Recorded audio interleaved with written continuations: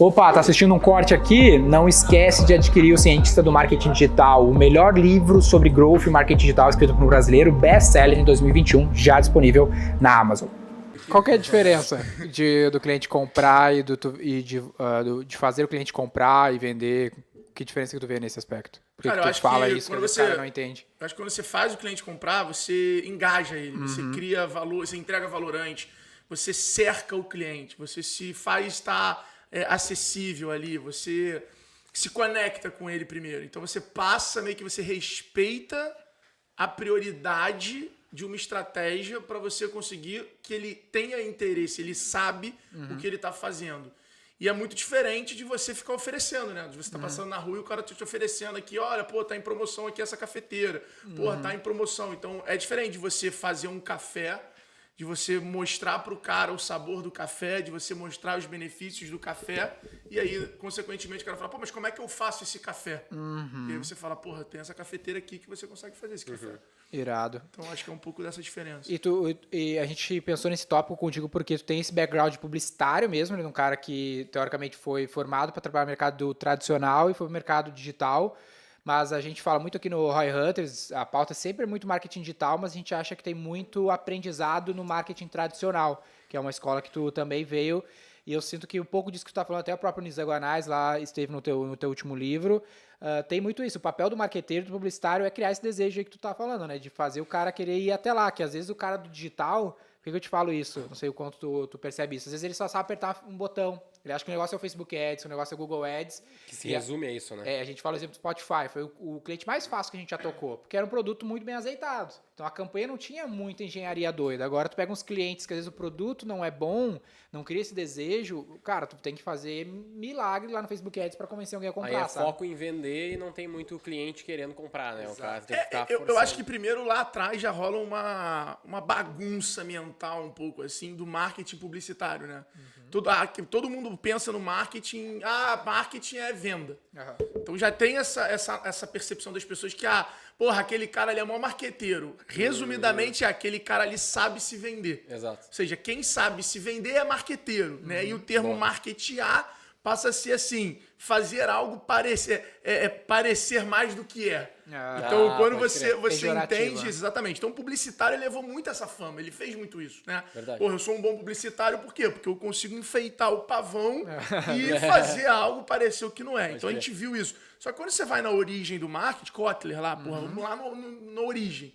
Cara, é preço, praça, produto e promoção. Ou seja, sem um bom produto é marketing. Exato. Uma boa entrega é marketing. A Coca-Cola, qual é o grande marketing da Coca-Cola? Não é a porra do Natal, que você acaba se lembrando e tal.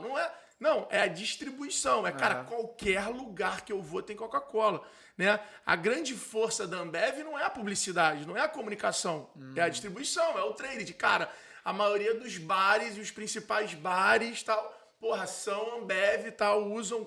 Então, acho que isso é uma coisa que a gente precisa mudar a forma de enxergar para a gente conseguir fazer. E quando você olha e pega esse termo do marketing e traz para o digital tradicional, cara, começa a se criar essas verticais, né? Então, o cara da copy, né? O cara da copy é o redator, é o publicitário do ano passado, né? Porque copy não é só o ato de escrever. Copy, muitas vezes, é o storytelling. Exato. É a forma com que você conta. E aí, quando você pega a questão da copy, você tem os desafios, muitas vezes, de começar, antes de oferecer, você tocar na dor do cara. Então, você não fala assim, quer uma loja virtual? Não, você fala, você tá com problema de vendas? Pô, você pode vender por uma loja virtual. Então, a copy é um pouco esse jeito de contar história, que aí é o Nizam aí, um beijo, meu grande ídolo, máximo. Sou fã do cara, uma honra hoje ser sócio do cara e tá fazendo coisa junto.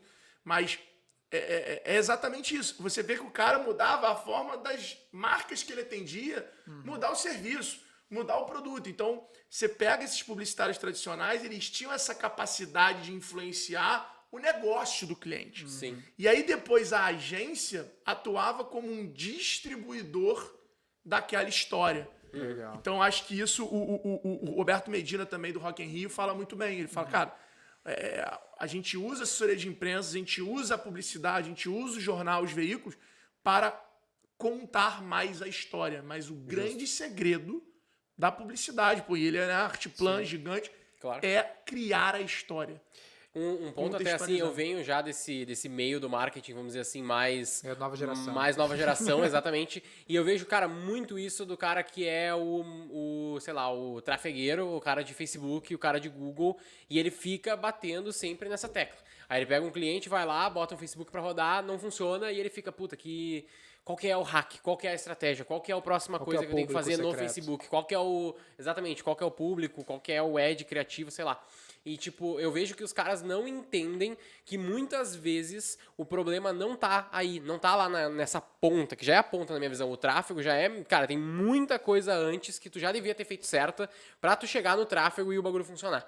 Né? Que é isso que tu tá falando, dos 4Ps, por exemplo, se o cara errou em alguma dos 4 pilares ali dos 4Ps, chegar na hora de fazer tráfego pode já não funcionar. É a mesma coisa fazer tráfego na internet para um negócio do mundo físico e fazer tráfego na internet do negócio que não tem no mundo físico.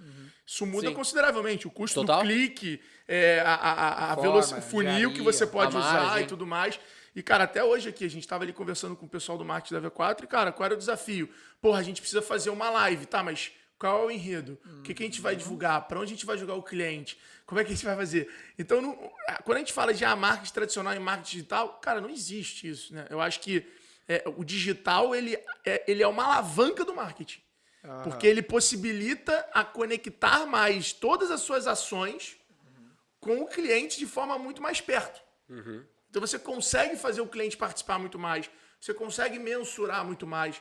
Então o digital em si, ele é quase uma ferramenta de qualquer marketing que você fazer. Legal. Justo. Esse lance que tu falou do Medina, por exemplo, eu tava numa call, num evento com ele, e ele tava falando um lance que me tocou bastante, porque a gente aqui é V4 empresa de venda, né? Tá no nome venda, a gente tá aqui e fala bastante venda, então a gente sempre priorizou muito a performance.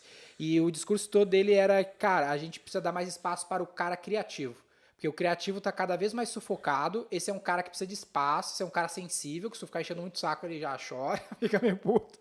E não tem, a gente não tá dando espaço e liberdade pro cara criar. E ele falou um lance assim que, independente da tecnologia, do que for, o conteúdo sempre vai ser o core da parada. Daí contou a história, as campanhas dele, até do Rock in Rio e tudo mais, como que surgiu, e como ele foi um cara bom em criar esse enredo, criar essa história, e depois ele usou o resto pra propagar. Porque o Rock in Rio, cara, o Rock in Rio não é o exemplo a melhor realização de evento, de iluminação. Não, é o melhor enredo bem construído. Então, o Rock in Rio é uma plataforma de entretenimento que usa as bandas para criarem conteúdo, para fazer ativação das marcas que são clientes da Artplan. Exatamente. Então, assim, o artista no Rock in Rio, ele recebe muito menos para tocar lá. Ele é um produtor de conteúdo. Né? Então, o cara até pagaria para estar lá. O fornecedor do Rock in Rio tem que ativar a marca no Rock in Rio. Então, o Rock in Rio é uma aula de cultura, de plataforma de conteúdo, e isso é muito legal. Ele falou um lance foda, que ele disse que ele pensou o Rock in Rio pro Rio de Janeiro. Ele falou, meu cliente, na minha cabeça, quando eu quis criar o Rock in Rio, mesmo que tenha outra história, eu pensava no Rio de Janeiro, eu queria criar um produto pro Rio, que ele gostava. Tinha um restaurante no Rio, Rock in Rio, né, no Barra Shopping. Não sei. Que era exatamente a loja do que meio que tangibilizava ao longo do ano o Rock in Rio, que era tipo um hard rock.